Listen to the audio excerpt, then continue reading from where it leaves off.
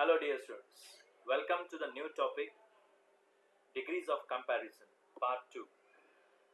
Now till last part we have studied how to transform positive and comparative degrees in each other.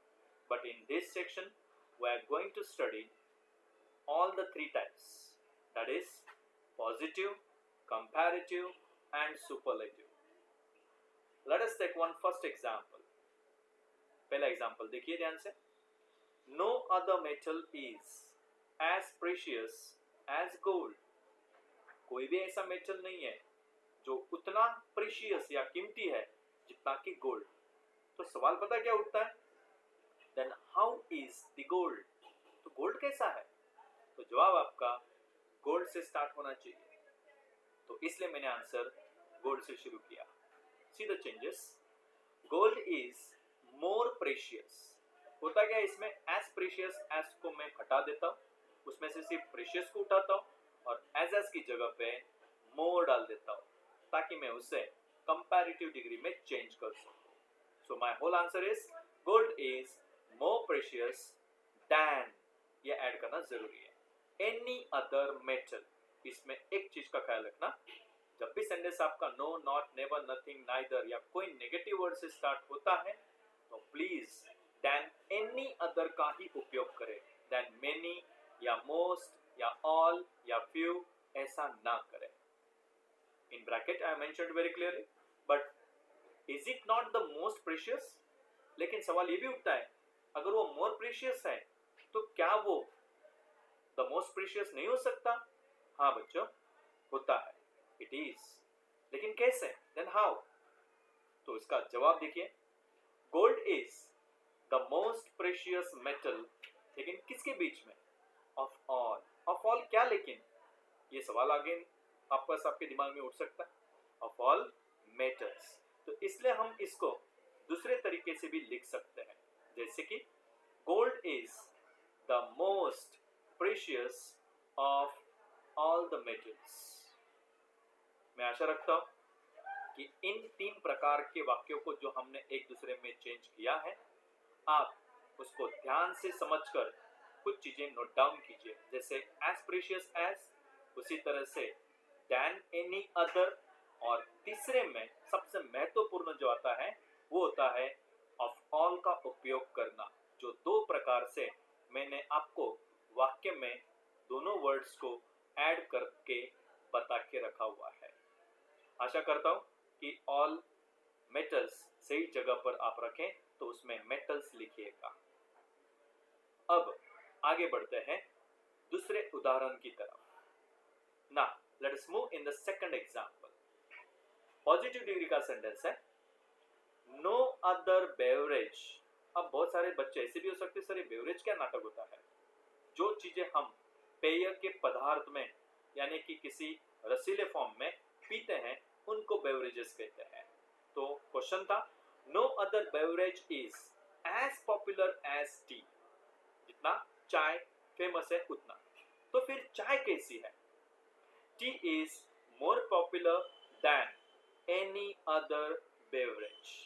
Here it is said that no other beverage is as popular as T.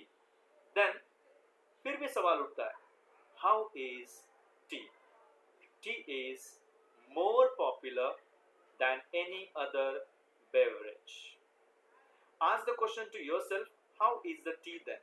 You will get the answer that tea is more popular than any other beverage, or tea is the most popular beverage of all. अब ये दो sentence के बाद हम आगे बढ़ते हैं part 2 में. पार्ट 2 में पॉजिटिव डिग्री का सेंटेंस कुछ इस तरह से बदलता है, जिसकी शुरुआत हमेशा वेरी फ्यू, बीच में एज डॉट डॉट एज आता है. कंपैरेटिव डिग्री ER, मोर एक्सेट्रा देन मेनी या मोस्ट अदर डालकर, और तीसरा वन ऑफ द यस डालकर हम सेंटेंसेस को बनाते हैं. लेकिन मैं इनको सविस्तर जानकारी के साथ आपको समझाना चाहूंगा. Now dear students, let me clear it with the example here. Positive degree में मैंने आपको वेरी फ्यू लिखा हुआ है और बीच में एज लिखा है. Let us take one example. Very few players are as perfect as, okay, Maradona. Very few players are as perfect as Maradona. Now while changing into comparative, I'll change it. How is Maradona? Maradona is more perfect than most other players or many other players. So this should be the criteria for answering the further question. Then if you change it into superlative degree, how is Maradona again?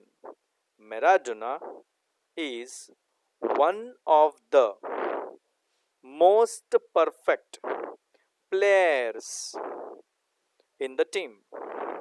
Now in this you have to understand that when you add one of the in the sentence, you should always use plural such as players or children.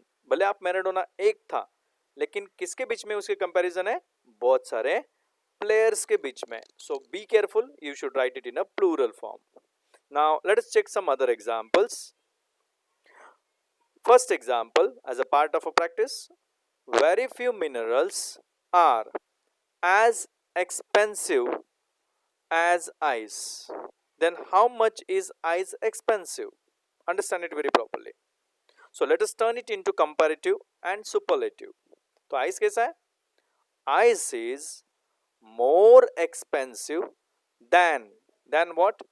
Most other or many other minerals. तो ये हुआ आपका positive degree से comparative में. चलो उसको अब superlative में भी ले जाते हैं. मैंने और करके लिखा हुआ है. Ice is one of the most expensive minerals. मैंने पहले आपको एक्सप्लेन किया that always use plural noun such as in a given example minerals when we use one of the in the superlative degree sentence. Now let us jump in the next example and understand it properly. Example number 2. There are very few comedians as popular as whom? Charlie Chaplin. तो फिर Charlie Chaplin कैसे हैं? अगर बहुत ऐसे कम ही comedian से जो इतने पावरफुल है जितने की चार्ली चैपलिन है, तो चार्ली चैपलिन कैसे है? Charlie Chaplin is more popular than most other comedians. In sentence number 3, let's check it out. Very few scientists were as extraordinary as whom? Dr. APJ Abdul Kalam. Then how is Dr. APJ Abdul Kalam? Dr. APJ Abdul Kalam was more extraordinary than most other scientists. Now, I hope that you have understood all the type of sentences. There is an exercise for you. I just read out the sentences and I will give a simple clue from which you have to answer those questions very properly. In the first one, no other fact is as harmful as fear of human mind. Now in this, I would like to provide the first clue that how is the fear of human mind then? You have to reply it with the beginning of the sentence human mind into both the type of sentences. Now along with that, second example, Shakuntala is more popular than any other play of Kalidas. Shakuntala बहुत powerful है बाकी place के comparison में कालिदास के. तो वो बाकी place जो है वो कैसे है?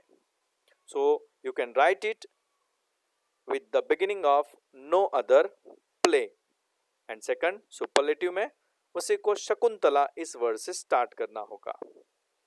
Okay. Then third one, I keep the same hours as the humans. अगर मैं उतना ही वक्त ह्यूमंस के जैसा रखता हूं, तो फिर ह्यूमंस कैसा वक्त रखते हैं, ये आपको ध्यान में लेना है। लेकिन इसके साथ आपको ये भी याद रखना है कि सेंटेंस पहले से पॉजिटिव दिया हुआ है, that is I keep the same hours as the humans, then is it so that the humans do not keep, ऐसा तो नहीं होगा। यस, ऐसा होना चाहिए, क्योंकि दो के ही बीच में कंपैरिजन है। So be very careful regarding this matter. तो आंसर आपका how the hours are kept by the humans, उससे आंसर लिखने की शुरुआत करनी है। The humans do not and etcetera. Then fourth one, none gave him more hints than the economics professor. कोई नहीं था ऐसा क्लास में, या उनके क्लास में पढ़ाने वाला ऐसा कोई नहीं था जो उससे मतलब XYZ बच्चे को ज्यादा हिंट्स देते थे। किसके कंपैरिजन में? इकोनॉमिक्स के प्रोफेसर में कंपैरिजन करनी है। तो फिर इकोनॉमिक्स के प्रोफेसर कितने हिंट्स देते थे, ये हमें बताना है। उसमें आंसर्स दो प्रकार से आएंगे, वन पॉजिटिव डिग्री और दूसरा सुपरलेटिव, क्योंकि ऑलरेडी आपका सेंटेंस मोर हिंट्स देन ये ऑलरेडी दिया हुआ है, तो इसको ध्यान से चेंज करना। Then in the fifth one, it is a most extraordinary thing, कोई चीज है जो सबसे ज्यादा, द मोस्ट एक्स्ट्राऑर्डिनरी चीज है। तो क्या ऐसी कोई चीजें हैं जो एक्स्ट्राऑर्डिनरी नहीं है, ये हमें लिखना होगा। It is a most extraordinary thing, so there are no other things, कैसे, तो वो लिखना है। और मोर एक्स्ट्राऑर्डिनरी देन एनी, ये डालकर आप कंपैरेटिव में भी चेंज कर सकते हो। फिर नेक्स्ट है, the steps is one of the smallest bones in the body. Steps सबसे छोटा बोन है, तो फिर बाकी बोन्स का क्या हुआ? तो वेरी फ्यू बोन्स, इससे शुरू कीजिए और फिर उसको आगे बढ़ाते हुए सेंटेंस को चेंज कीजिए। उसी तरह से देन मोस्ट अदर या देन मेनी अदर से आप सेंटेंस के बीच में डालकर उसे कंपैरेटिव में ले जा सकते हो। Seventh one, you are one of the few in whom I have faith. तुम उन कुछ लोगों में से हो जिनमें हमें या मुझे फेथ है। तो बाकी जन में कितना फेथ है, या बहुत ही कम ऐसे लोग हैं कि जिनमें फेथ है आपका, तो वो मेंशन करना है। और दूसरा देन मोस्ट अदर भी डालकर आप चेंज कर सकते हो। फिर उसके बाद 8 नंबर में, dark deeds are better done in the dark. काली करतूतें अंधेरे में ही अच्छी लगती है, तो फिर बाकी करतूतें कैसी हैं, ऐसा हमें एक्सप्लेन करना होगा। So be very careful in this sentence. The next, your duty is to obey me as mine is to obey the country's system. Okay, now in this, तो इस सेंटेंस में ये भी याद रखना है, तो मेरी ड्यूटी कैसी है। अगर तुम्हारी ड्यूटी मेरे जितने ही इंपॉर्टेंट, तो मेरी ड्यूटी कितनी इंपॉर्टेंट है जो कंट्री के सिस्टम में मुझे यूज करनी चाहिए। And in the last one you can see it very beautiful sentence, it is his descendants were almost as poor as Mahmud himself. Mahmud के जो वारिस थे वो उतने ही लगभग गरीब हो चुके थे जितना महमूद हो चुका था। तो सवाल, महमूद कैसे थे? So how was Mahmud? Mahmud himself was, उस सेंटेंस को ध्यान से आपको दोनों डिग्रीज में ले जाना है। कौन सी? एक कंपैरेटिव में और एक सुपरलेटिव में। कंपैरेटिव में जब डालोगे तो देन एनी अदर डालकर बनाता पाता है कि नहीं या होता है कि नहीं, ये आपको चेक करना है। वरना ऐसा ना हो जाए कि दो के ही बीच में कंपैरिजन है, इसलिए वो सिर्फ कंपैरेटिव में चेंज होगा, इसलिए ध्यान से चेंज कीजिएगा। Thank you. ओके स्टूडेंट्स, हम अगले स्लाइड में इन सभी के आंसर्स एक एक करके चेक करेंगे। एक छोटी सी स्लाइड होगी जिसमें सब आंसर्स आपको अच्छे से समझाए जाएंगे। अगर आपको ये सभी फॉर्मेट्स जो मैंने पार्ट 1 और पार्ट 2 जो डिग्रीज ऑफ कंपैरिजन आपको समझाया है, आशा रखता हूँ कि आपको ये अच्छे से समझ में आया होगा। आगे आपको खुद को पता है कि इसे क्या करना चाहिए। अगर आपको अच्छा लगा होगा तो ज़रूर सब्सक्राइब कीजिएगा और हो सके तो उसको लाइक भी कीजिएगा। हो सके इसके साथ आप अपने दोस्तों को भी या अपने परिवारजनों को भी इसको आगे भेज सकते हो, ताकि उन्हें भी इन छोटी छोटी बातों का अच्छे से फ़ायदा हो सके और वो भी इसका ज्ञान प्राप्त कर सके। आपका दिन शुभ रहे। Thank you.